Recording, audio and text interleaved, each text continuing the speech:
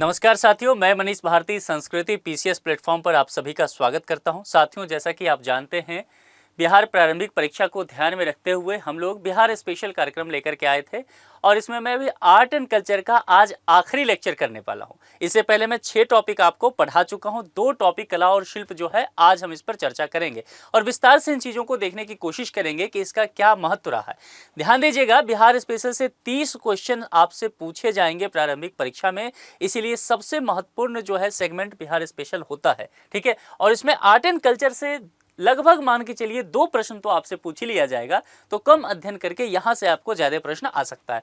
2-3 lecture में मैंने इसको समेट दिया है। आज ये आखिरी लेक्चर होने वाला है, फिर हम लोग इकोनॉमी की तरफ चलेंगे। देखिए, बिहार की अगर चर्चा करेंगे, कला और शिल्प को लेकर के हम बात करेंगे ना, तो बिहार की संस्कृति में इसका हमेशा से एक बड़ा महत्व देखा गया है ना। और इसको लेकर के अगर जैसे कि मैं आगे चर्चा आपसे करूंगा कि किस तरह से कुछ पेंटिंग है, जैसे कि मान लीजिए मधुबनी पेंटिंग की बात करते हैं। मधुबनी पेंटिंग कैसे विश्व स्तर पर प्रसिद्ध हो गया और बिहार की प्रतिष्ठा को बढ़ाता है, बिहार की अर्थव्यवस्था को एक तरह से बढ़ाने का काम करता है। उन सब चीजों को भी हम इसी के साथ देखते चलेंगे। देखिए, यह अपनी कला और शिल्प के माध्यम से वैश्विक स्तर पर किस हिसाब से सम्मान प्राप्त कर रहा है, इन चीजों को लेकर के हम देखेंगे। अगर जैसा मैंने कहा कि कुछ प्रसिद्ध अगर कला और शिल्प को चर्चा करें तो मधुबनी पेंटिंग की हमने चर्चा किया। मधुबनी पेंटिंग की अगर देखेंगे विकास की प्रक्रिया, तो एक लंबी प्रक्रिया इसका माना जाता है। इसका अगर देखेंगे सही से तो गंगा के उत्तरी भाग में आपको चलना पड़ेगा। जो बिहार का उत्तरी मैदान का हिस्सा है, खास करके मधुबनी जिला और मधुबनी जिला के आसपास के क्षेत्रों में भी इसका प्रचार प्रसार आपको दिखेगा। चाहे वो आपको दरभंगा में दिखे, चाहे समस्तीपुर में दिखे, सहरसा, सुपौल, मधेपुरा, पूर्णिया, किशनगंज, कटिहार, इन तमाम इलाकों में आपका इसका प्रचार प्रसार मधुबनी पेंटिंग का दिखेगा। इसीलिए अब चूंकि बड़े क्षेत्र पे इसका प्रभाव देखने को मिलता है, इसीलिए कहीं कहीं इसे बहुत सारे लोगों के द्वारा आपको मिथिला पेंटिंग भी कहा जाता है। ध्यान रखिएगा, है ना, लेकिन आधिकारिक नाम के तौर पे इसे मधुबनी पेंटिंग ही कहते हैं। अब यहाँ क्या है कि इसकी एक मान्यता है कि शैली का विकास जो है राम सीता विवाह के समय हुआ था। क्योंकि आप जानते हैं भगवान श्री राम का विवाह कहाँ हुआ? मिथिला में, माँ सीता से, ऐसी बातें कही जाती है। और उसी चीजों को लेकर के ये जो मधुबनी पेंटिंग है, इसका थीम रहता है अधिकांशतः। जैसे कोहबर शब्द सुना है, मैंने आपको बताया था जब हम इसकी चर्चा कर रहे थे लोकगीत वगैरह का, तो कोहबर मैंने आपको पढ़ाया था। विवाह के बाद एक स्थान होता है घर में जहां पर नव दंपत्ति के रहने की व्यवस्था की जाती है, वहां भी पेंटिंग किया जाता है। और उस जगह पर भी जो पेंटिंग की जाती है ना, वहां पर अगर आप देखेंगे तो यही मधुबनी पेंटिंग की जाती है और उसमें वैवाहिक कार्यक्रम की चीजों को ही दिखाया जाता है। आजकल इसका विस्तार बहुत ज्यादा हो गया है। अर्थव्यवस्थाओं की चीजों में भी आप देखेंगे तो मधुबनी पेंटिंग का विस्तार देखने को मिलेगा। विभिन्न एयरपोर्ट पे, रेलवे स्टेशन पर इसका जो है आप इस चित्रण को देख सकते हैं।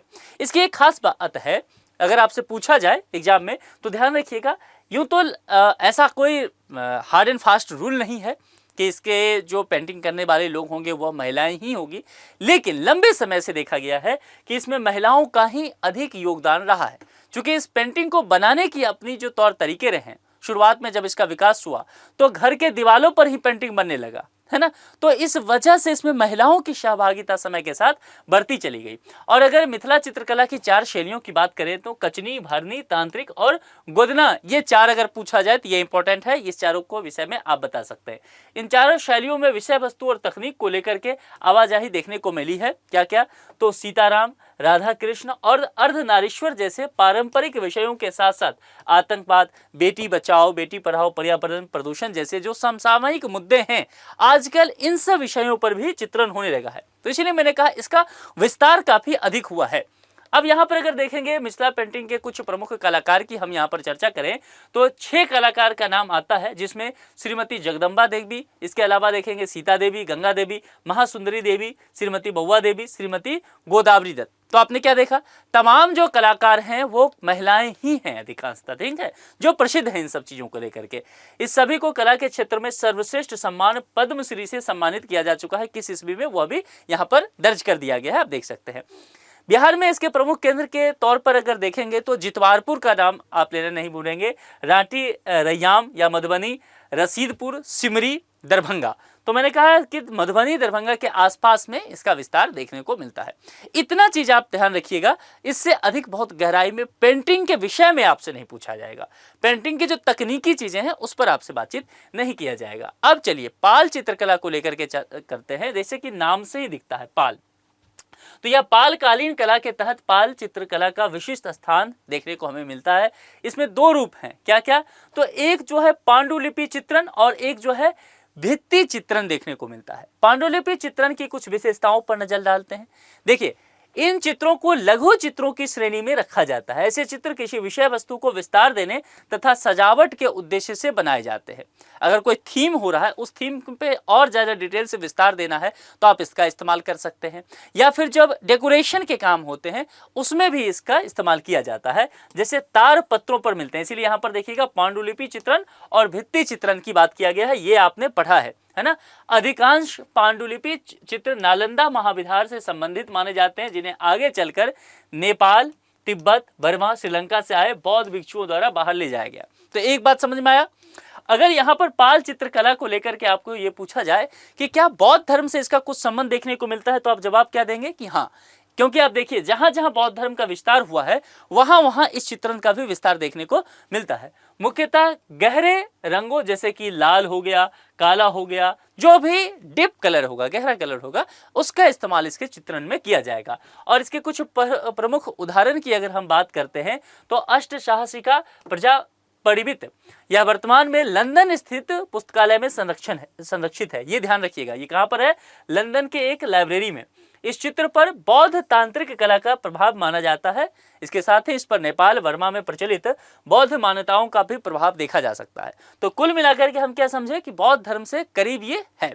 इसके बाद पंचरक्षा की चर्चा करते हैं। यह पांडुलिपि लंदन पुस्तकालय में संरक्षित है तथा बौद्ध एवं उनके दर्शन से यह भी संबंधित है। भित्ति या फिर दीवार चित्रण, ये क्या होता है, दीवारों पर जो चित्रण करते हैं ना, घर बनाया, घर पर पेंटिंग जैसे हम करते हैं, कोई कलर लगाते हैं, लेकिन चित्र अगर उस पर हम उकेरना शुरू कर देते हैं तो उसको भित्ति चित्रण कहा जाता है या दीवार चित्रण कहते हैं। उसकी क्या विशेषताएं होती है, जरा इस पर एक नजर डालते हैं। इन चित्रों को पहले से चली आ रही अजंता, बाग के गुफाओं आदि के दीवारों पर जो है उसके चित्रण से देखा जाता है। आपने देखा होगा बहुत सारी जगह पर कि गुफाओं में चित्रण किया गया है, ठीक वैसा है कुछ यहाँ पर। इन चित्रों के विशिष्ट उदाहरण जो है नालंदा स्थित शराय टीला से प्राप्त हुए हैं। इन चित्रों में मानव, पशु, फूल पत्ती आदि का ज्यामितीय पद्धति से चित्रण किया गया है। इन चित्रों में गहरे रंगों का विशेष रूप से प्रयोग किया गया है। तो ये जो कुछ फैक्ट है इसको बस आपको ध्यान रखना है, क्योंकि यहाँ से ज्यादा पूछा जा सकता है। अब जितना ही ध्यान रखिएगा, मधुबनी पेंटिंग सबसे ज्यादा इंपॉर्टेंट है बिहार के संदर्भ में अगर पढ़े तो। और मधुबनी पेंटिंग के बाद यदि एक ज्यादा सबसे महत्वपूर्ण है तो वह पटना कलम चित्रकला है।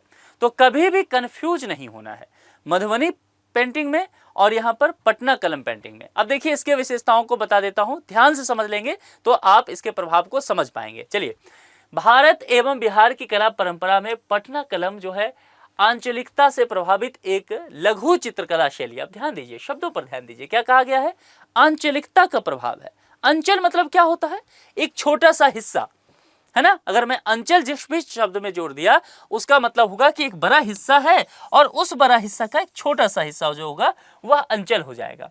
तो ऐसे ही यहाँ पर भी कहने का तात्पर्य है कि यह जो पटना कलम है उसे आप आंचलिकता से प्रभावित कह सकते हैं, है ना। कुछ हिस्सों में इसका प्रभाव ज्यादा इसीलिए देखने को मिलता है।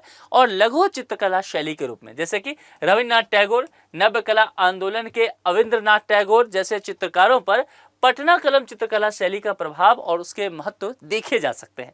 वर्ष 2010 ईस्वी में बिहार सरकार द्वारा बिहार की सांस्कृतिक धरोहरों के संबंध में जागरूकता के प्रसार की दृष्टि से पटना कलम चित्रकला शैली के चित्रों का कैलेंडर भी जारी किया गया था। कब किया गया था, 2010 में, इसीलिए ये इंपॉर्टेंट है, ध्यान रखिएगा।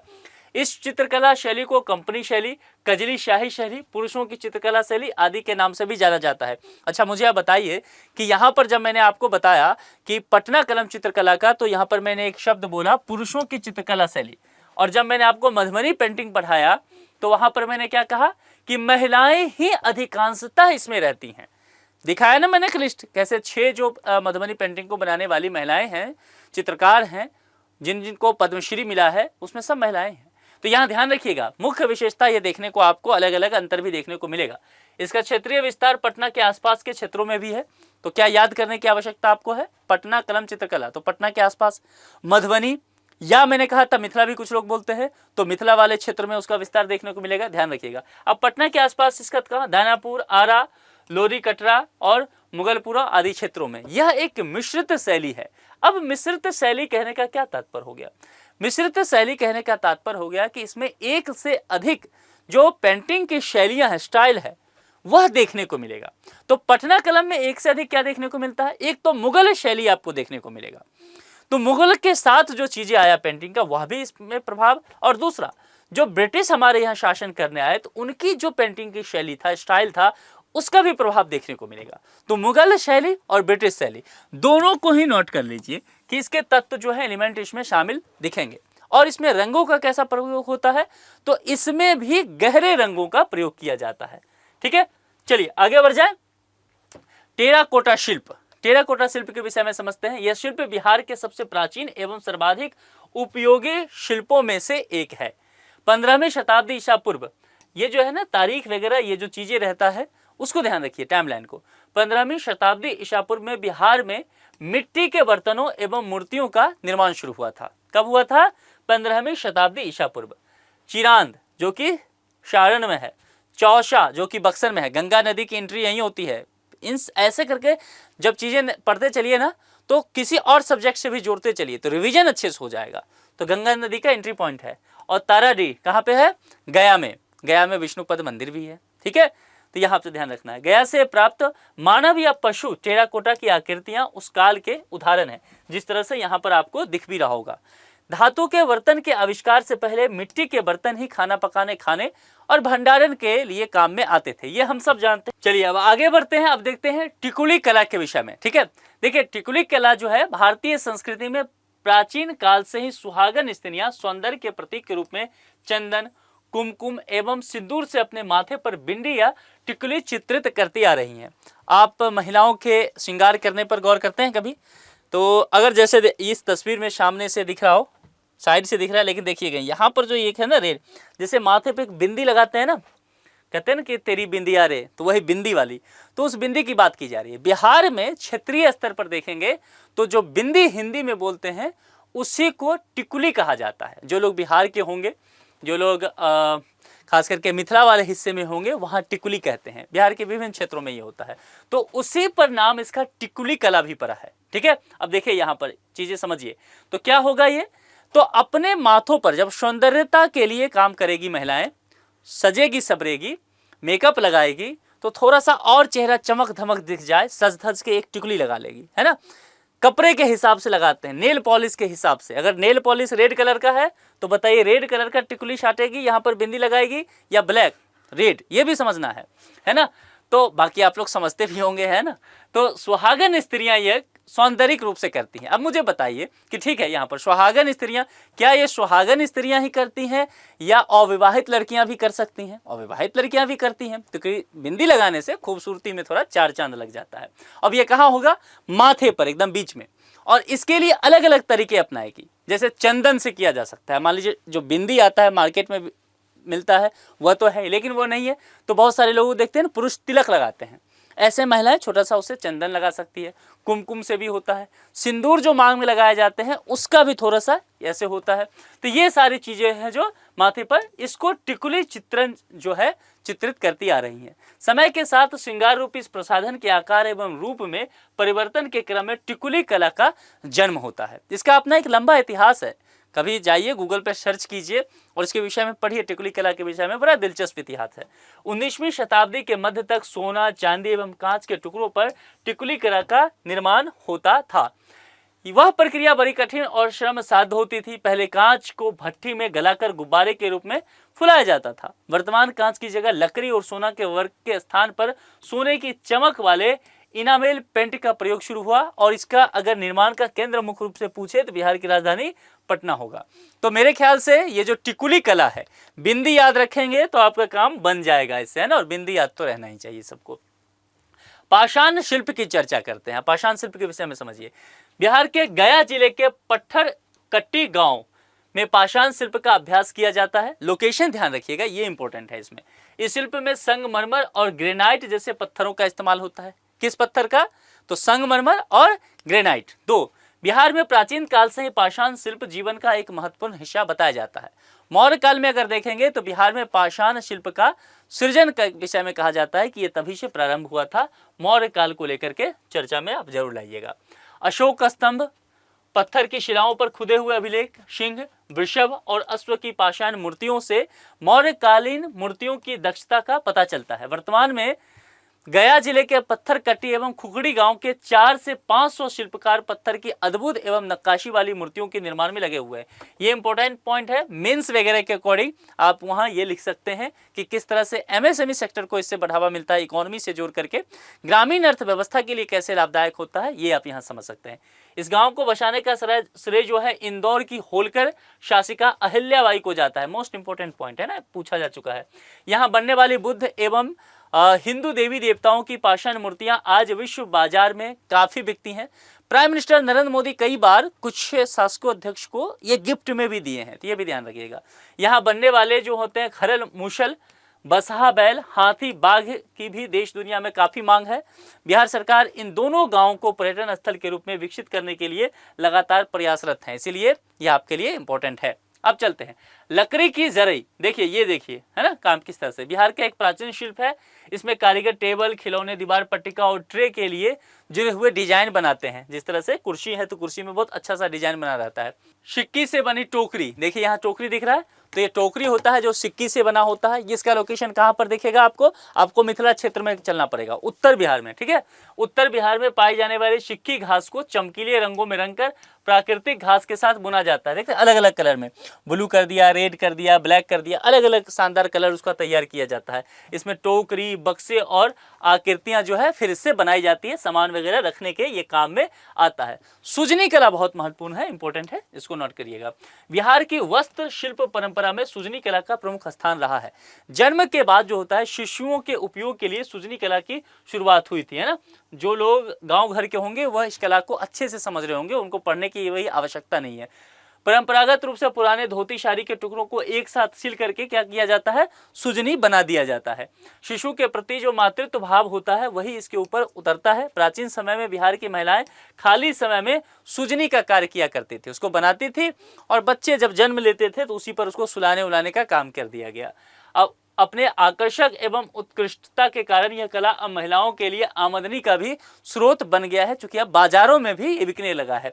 बड़े पैमाने पर अब इसका निर्माण होता है। दानापुर, भोजपुर, मुजफ्फरपुर इसके प्रमुख निर्माण केंद्र के रूप में जाने जाते हैं। काष्ठ कला, नाम से ही जैसा आपको दिख रहा होगा कि यहाँ पर देखेंगे तो लोकेशन समझ लीजिए, पटना सिटी, दानापुर, लालगंज जो कि वैशाली में है, गया और मिर्जापुर समस्तीपुर वाला हिस्सा, ठीक है। इसमें काष्ठ निर्मित खिलौने बनाने की समृद्ध परंपरा रही है। काष्ठ यानी कि काठ का खिलौना, लकड़ी का खिलौना, है ना, ऐसे समझिए शब्दों से। इन जगहों पे गमहार, आम, अखरोट, दूधकराई, गुलर, सेमल की लकड़ियों से देवी देवताओं के अलावा भी, जैसे कि मान लीजिए चिड़िया बना दिया, पशु पक्षी कुछ बनाए, हाथी, घोड़ा, ऊंट, इन सब का चित्र का निर्माण किया जाता है। पटना सिटी में अखरोट तथा नारियल के छिलके से आकर्षक कछुए का निर्माण किया जाता है। ये इंपॉर्टेंट है, ध्यान रखिएगा। यहाँ निर्मित होने वाले कछुए की गर्दन इस प्रकार से हिलती है कि वह जीवित दिखाई पड़ती है। ऐसा आपने देखा है कि ऐसे करके एक कछुआ रहता है, उसका गर्दन ऐसे ऐसे हिलता रहता है। आजकल कांच में भी आने लगा है, लोग अपने कार वगैरह में इसको रखने लगे हैं। एप्लिक कशीदा, बिहार के ग्रामीण अंचलों में एप्लिक कशीदकारी का कार्य काफी लोकप्रिय है और इसके एक कपड़े के ऊपर विभिन्न रंगों के कपड़ों को भिन्न भिन्न आकारों में काटने के पश्चात जो है उसकी सिलाई कर छोटे बड़े डिजाइन बनाए जाते हैं। इसमें सिलाई के 3 तरीके हैं, सीधी सिलाई है, साटन स्टिच है और उल्टा एप्लिक है ना। जैसे कपड़ा काट लिया, दूसरे कपड़े से कुछ तैयार किया, उस पर फिर से जाकर के सिलाई कर देना, ये होता है। बहुत सारी जगह आपने ये देखा भी होगा, स्वेटर वगैरह पर भी, अब ठंडी का समय आ गया, दिखेगा, चादर पर दिखेगा, ये सब चीजें आपको। कुछ वर्ष पहले तक सिर्फ कनातों, शामियानों, टेंटों तथा हाथी घोड़ों पर सजाने वाले कपड़ों और झालरों में भी एप्लिक कार्य होता था। इन पर फूल, पशु पक्षी, देवी देवताओं के चित्र को सामूहिक रूप से ऊपर कर एक प्रभाव दिखाने के लिए किया जाता था। वर्तमान में कुशन कवर, तकिया, बेडशीट डिजाइनर उत्पादों पर एप्लिक कार्य प्रमुखता से होता है। आपने ये सब देखा होगा, है ना। तो इसको बेहद आकर्षक चीजें बना देता है। अगर मान लीजिए एक व्हाइट कलर का सीट है और इस पर एक फूल जो है दूसरे कपड़े से तैयार करके यहाँ चिपका दिया गया, या फिर इसकी सिलाई कर दी गई, हाथ से सिलाई की गई। आजकल मशीन से भी सिलाई होने लगा है ना, तो ये चीजें उसकी सुंदरता को बढ़ा देता है। गुड़िया शिल्प के विषय में समझ लीजिए, बहुत प्रसिद्ध शिल्प है, खिलौने वगैरह में इसका बहुत काम आता है। गुड़िया शिल्प प्राचीन काल से ही बिहार के ग्राम्य जीवन की बाल सुलभ क्रीड़ाओं का एक अहम हिस्सा रहा है। बचपन में गुड़िया का खेल खेला होगा ना। बिहार की महिलाएं हजारों वर्षों से अपने आसपास उपलब्ध प्राकृतिक और अनुपयोगी संसाधनों के से गुड़िया का निर्माण करती है। घर में जो कपड़ा इस्तेमाल में आता था अब इस्तेमाल में नहीं आ रहा, तो उसे फेंकना है, तो उसको लेकर के एक गुड़िया सिल दिया बच्चे के लिए, खेलने के लिए। कई गुड़िया ऐसे दिखते हैं, ये निर्माण कर दिया गया। प्लास्टिक के भी होते हैं, लेकिन गाँव में महिलाओं को देखेंगे तो अलग अलग तरह के गुड़िया बनाएंगे, है ना। तो पटना, भागलपुर, मधुबनी और दरभंगा जैसे इसके प्रमुख निर्माण केंद्र रहे हैं। हम लोग जब छोटे थे तो हमें भी ये गुड़िया मिला था खेलने के लिए, तो इसलिए मुझे याद है कपड़ों का गुड़िया होता था। और वेणु शिल्प की बात करेंगे। मानव सभ्यता के प्रारंभिक काल में मनुष्य जब भोजन, वस्त्र एवं आश्रय तलाश करने के लिए प्रकृति के साथ संघर्ष कर रहा था, उसी दौर में बिहार में रोजमर्रा के काम जैसे कि अन्न एवं जल रखने के लिए पात्र के रूप में बांस का उपयोग जो है वह शुरू हो चुका था। तो वेणु शिल्प जो है इसी से जुड़ा हुआ मसला है। अब क्या है इसके विषय में थोड़ा सा डिटेल से समझिए। बौद्धकालीन ग्रंथों में भिक्षुओं के लिए बांस से आटा चलाने के लिए छलनी, सलाई, पंखा और जूते का निर्माण होने का उल्लेख मिलता है। सम्राट अशोक के समय में भी इसको चर्चा में आप देखेंगे। सम्राट अशोक के शासनकाल में बिहार में वेणु शिल्प के विषय में कहा जाता है कि खूब ये फला फूला, इसको राज दरबार का प्रशस्ति मिला। वर्तमान समय में सूप देखा है आपने, छठ पूजा में सूप चढ़ता है ना, उसमें फल वगैरह रखे जाते हैं, उसकी बात की जा रही है। पिटारी जैसे गृह उपयोगी और परंपरागत सामग्रियों का निर्माण जो है बांस से किया जाता है। पतले पतले काटे जाते हैं बांस का, आपने देखा होगा, क्योंकि मेरे तो गांव में होता है, मैं देखा है बहुत सारे लोग करते हैं, तो बहुत अच्छे से उसकी कढ़ाई करते हैं, उससे जो है वो सूप वगैरह तैयार करते हैं। उसमें चावल वगैरह भी जो है उसको छटनी किया जाता है, कंकर वगैरह निकालती हैं महिलाएं। समस्तीपुर, मुजफ्फरपुर, पटना और वैशाली इसके प्रमुख जो है निर्माण के केंद्र माने जाते हैं। बावन बूटी के विषय में समझ लीजिए। बिहार की शिल्प परंपरा में बावन बूटी शिल्प का प्रमुख स्थान है। नालंदा जिले का बशबन बिघा गांव इसका प्रमुख निर्माण केंद्र रहा है। इस शिल्प को लूम के खड़े तानों से तैयार किया जाता है। बुनकर इसके बाना पर काम करने का कार्य करते हैं। ठीक है, चलिए आगे बढ़ते हैं और कोहबर शिल्प के विषय में देखते हैं। बहुत दिलचस्प है कोहबर शिल्प। देखिए क्या है, कोहबर चित्र शैली का प्रचलन पूरे बिहार में माना जाता है, लेकिन मैंने पहले भी कहा है, आपको बताया था कि कोहबर जो है मिथिला के भाग में चलेंगे, उत्तरी बिहार में चलेंगे, वहां पर मिथिलांचल वाला हिस्सा जो है भोजपुर की कोहबर चित्र शैली विशेष रूप से वहां पर विकसित होगी। कोहबर का मतलब होता है ऐसा कमरा जिसमें शादी के बाद दूल्हा दुल्हन पहली बार मिलते हैं। मैंने कहा ना, घर का एक हिस्सा होता है जहां पर जो कपल्स होते हैं, नव दंपत्ति, उनके रहने की व्यवस्था वहीं पर की जाती है, उसी को कोहबर घर कहते हैं, है ना। इस पर बहुत सारे गाने भी हैं। जो लोग मिथिला में रहते होंगे या भोजपुरी वाले बेल्ट के लोग होंगे उन्हें पता होगा। जैसे एक गाना हम लोग बचपन में सुना करते थे, हम नहीं जेबे कोहबर घर हमरा डोर ला गई है। ये बहुत फेमस गाना हुआ करता था, तो वह कोहबर से ही जुड़ा हुआ है। तो कोहबर शिल्प की बड़ी चर्चा वहाँ पर रहता है। दोनों ही क्षेत्रों में विवाह सामाजिक संस्कृति के निरंतरता प्रवाह का सूचक है, और कोहबर घर की सज्जा उसका सांस्कृतिक वैभव जो है सब दिखाता है इस तरह से। और जो मैंने मिथिला पेंटिंग की बात किया था, तो कोहबर घर में मिथिला पेंटिंग जो है वह भी बनाया जाता है। नव दंपति के अटूट संबंध का यह प्रतीक माना जाता है। इसमें राम सीता जी के ज्यादा जो है तस्वीर वगैरह बनाए जाते हैं, फूल पत्ती भी उकेरा जाता है। इसमें कोई ऐसा नहीं रहता है कि बॉर्डर बना करके बीच में ऐसे पेंटिंग किए, नहीं, दीवार ये है, दीवार पे जहां से मन करिए वहां से चित्र बनाना शुरू कर दिए, है ना। तो ये बड़ा अच्छा इसमें देखने को मिलता है कि कोई बॉर्डर नहीं रहता है, तो चित्र खराब होने का डर नहीं रहता है। और दूसरी बात, महिलाएं बड़े बढ़ चढ़ करके इसमें काम करती है। प्राकृतिक रंगों का ज्यादा इस्तेमाल आपको देखने को मिलेगा। दोनों एक दूसरे के प्रति पूर्ण रूप से समर्पित होने का संकल्प इसी घर में लेते हैं। मिथिलांचल के कोहबर घर की सजावट विशेष अलंकार देखने को मिलता है। कोहबर घर की पूरी दीवार चित्रांकन किया जाता है। मैंने कहा ना, पूरे दीवार पर रंग दिया जाता है।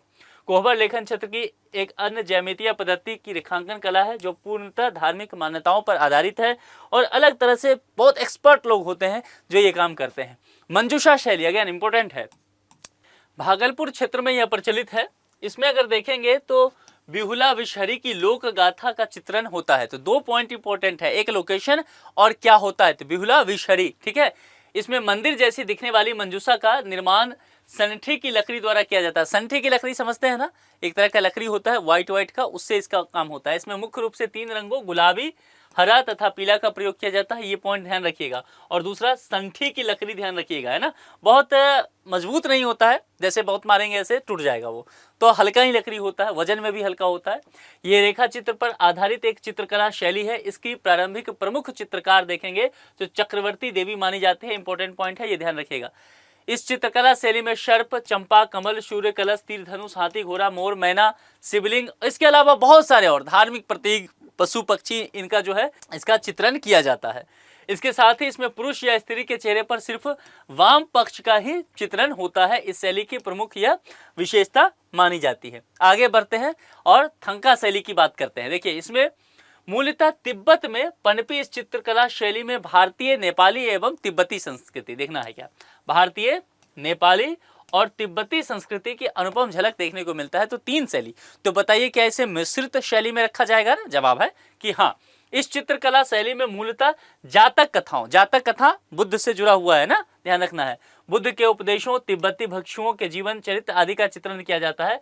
तो थंका शैली क्या होगा, बुद्ध से, बौद्ध धर्म से जुड़ा हुआ ज्यादा चीजें इसमें रहेगा। वर्तमान समय में राहुल शांकरत्यन द्वारा संग्रहित इस शैली के 109 चित्रों को पटना संग्रहालय में क्या करके रखा गया है, सुरक्षित करके रखा गया है। देख रहे हैं चित्र में किस तरह से, है ना। तो भगवान बुद्ध और उनके इर्द गिर्द, बौद्ध धर्म के इर्द गिर्द चीजों को इसमें देखा जाता है। जाटोपटिया शैली देखेंगे तो प्राचीन चित्रकला से प्रेरित यह भी चित्रकला शैली होता है, जो कि संथाल समाज में, जो कि शेड्यूल्ड ट्राइब जो होते हैं ना, संथाल समाज में प्रचलित मिथकों के आधार पर यह होता है, किंवदंती जो कहानी वगैरह चलता है उसके अकॉर्डिंग ये बनाया जाता है। इसमें जादी का अर्थ चित्रकार तथा पटिया का अर्थ कपड़े का टुकड़ा या कागज होता है। इसमें सामान्यतः कागज के टुकड़े या छोटे कपड़े को जोड़कर एक पट बनाया जाता है और उस पर क्या होता है कि चित्रकारी किया जाता है। रंगों का अगर देखेंगे तो लाल, हरा, पीला, भूरा और काला रंग प्रयुक्त होता है, जैसे कि यहाँ पर आपको दिख भी रहा होगा। सांझी कला शैली उत्तर प्रदेश के ब्रज क्षेत्र में पनपी इस चित्रकला शैली की प्रसिद्ध पटना तथा उसके निकटवर्ती क्षेत्रों में भी अब दिखाई पड़ने लगा है। इसमें अरिपन, रंगोली तथा अल्पना आदि नामों से भी जाना जाता है। तो ये ध्यान रखिएगा, अनेक नाम जो इसके हैं ये आपके लिए जरूरी हो जाएगा। तो कुल मिलाकर के यहाँ पर जो कुछ कला और शिल्प की बातें हमने किया, यह आपके लिए इंपॉर्टेंट है। लेक्चर देखिए, ये सब क्या होता है कि छोटा होता है, बहुत सारी बातें आपके पास पढ़ने को नहीं है, लेकिन कम मेहनत करके, ये व्यवहारिक चीजें आप अपने घर आंगन में देखते होंगे, बाजार जाते होंगे, इन चीजों को देखते होंगे, तो ये सारी चीजें जो है यही आपके सामने प्रश्न बन के आ जाता है।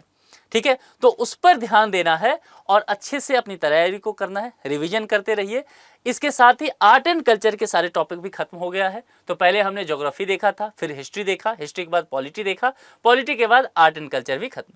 अब हम आगे चलेंगे और इकोनॉमी की चर्चा करेंगे। आपका जब तक एग्जाम आता है तब तक हम सब करा देंगे, तो परेशान नहीं होना है। आप में से बहुत सारे लोगों का देखता हूँ कमेंट, सर इकोनॉमी, तो वो भी हम जल्द कर देंगे, बिहार से जुड़ी हुई उसकी बातें कर लेंगे। आज के लिए इतना ही, अपना बेहद ख्याल रखिए, बहुत बहुत शुक्रिया, थैंक यू सो मच।